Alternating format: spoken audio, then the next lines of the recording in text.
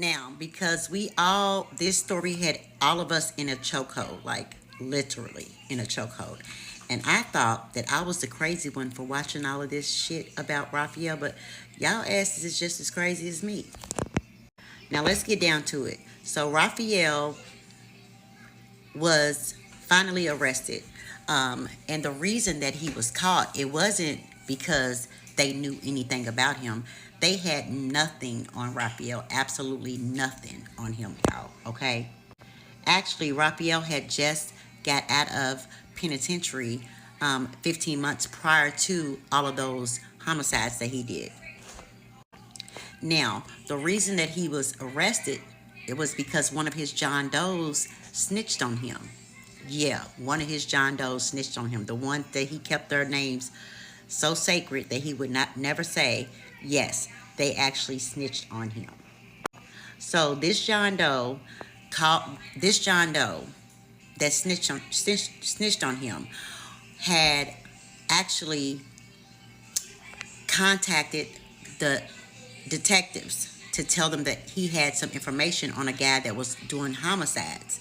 Now, the reason that this John Doe called them to tell them that was because he was incarcerated under the feds. So he was trying to buy himself a little bit more time.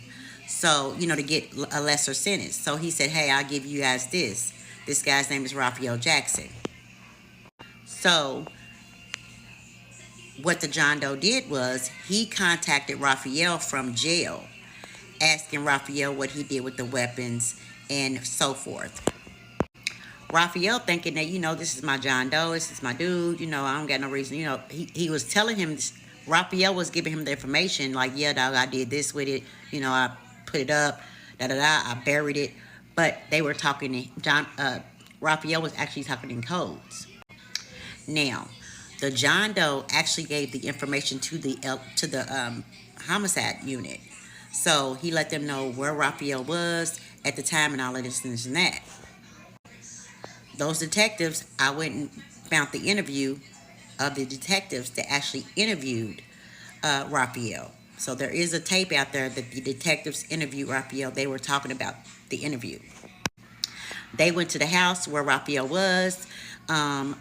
Raphael was actually in the midst of having a heated sexual encounter with his woman, or not his wife, but with some woman. They said he was butthole naked.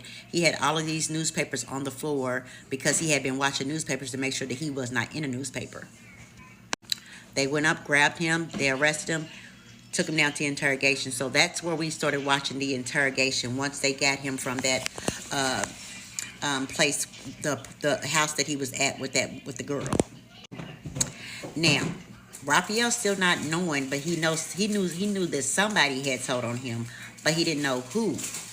But Raphael still didn't know who did it. But like I said, this guy that did it was one of his John Does that was with him on one of those homicides. So the police detectives was calling Raphael Fatty Man. So what's up, Fatty Man? What you got to tell us? Whatever. Woo woo. And Raphael was like, why y'all keep calling me Fatty Man? And they was like, oh, my bad. That ain't your street name? He was like, nah, I don't have a street name. Well, Raphael never had a street name, but the only person that called him Fatty Man was his John Doe.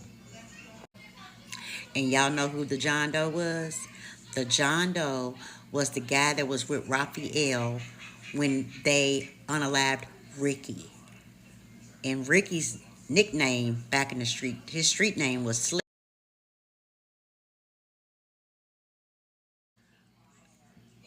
Raphael was like, put two and two together. The only dude that calls him Fatty Man is his ace, the John Doe. So Raphael tells the police, like, hold up. So Durrell snitched on me.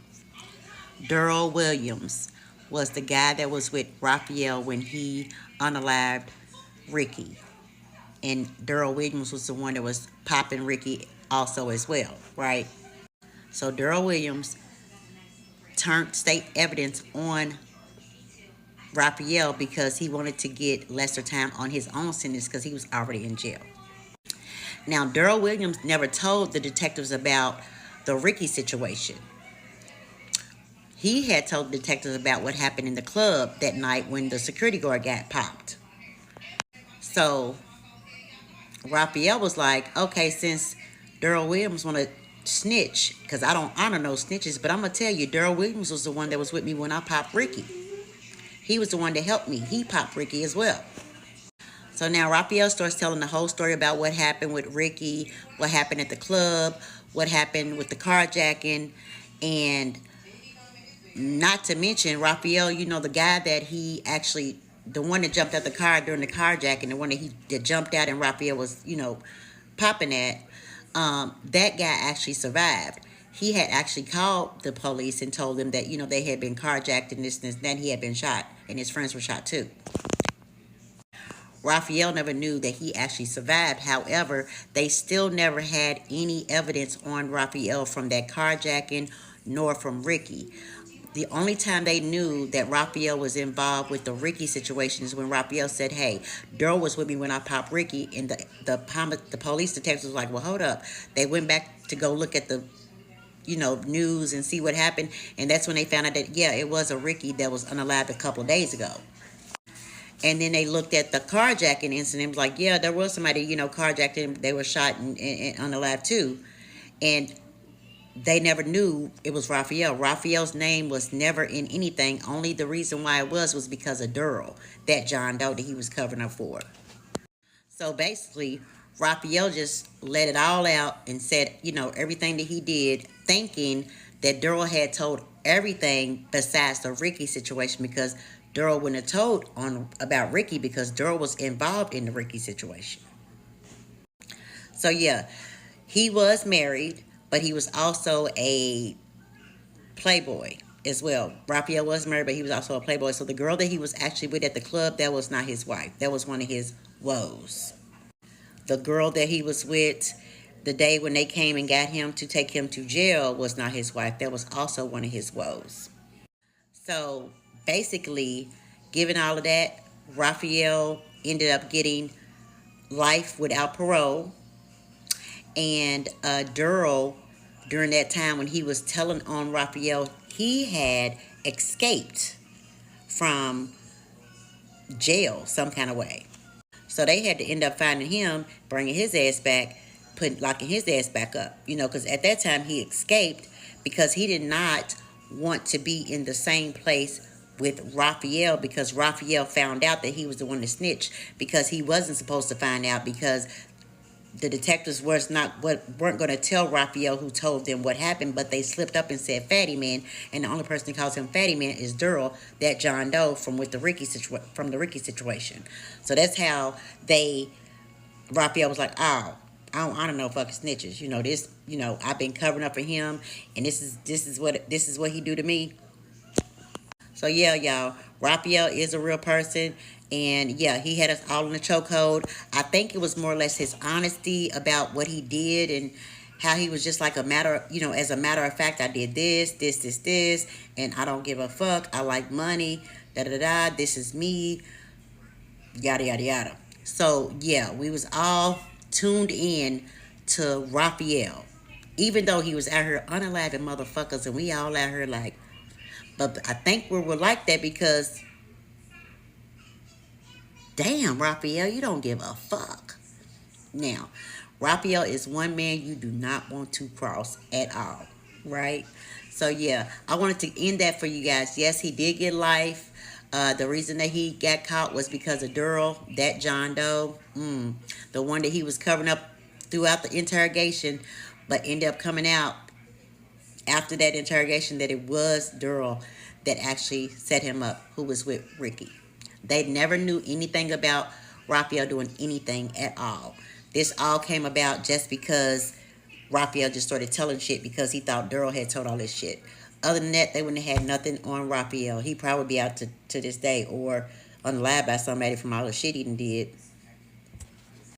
First, I'm going to give you all the picture that I found of Raphael Jackson, who is locked up, incarcerated in a Missouri Penitentiary. He has been there for ever, since 99, when we seen the story.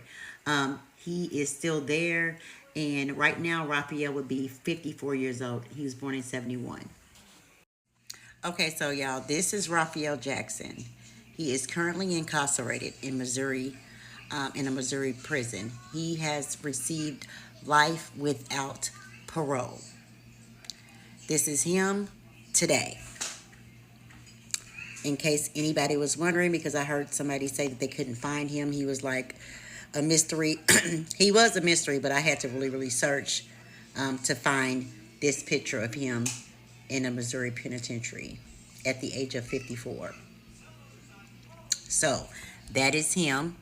He is a real person.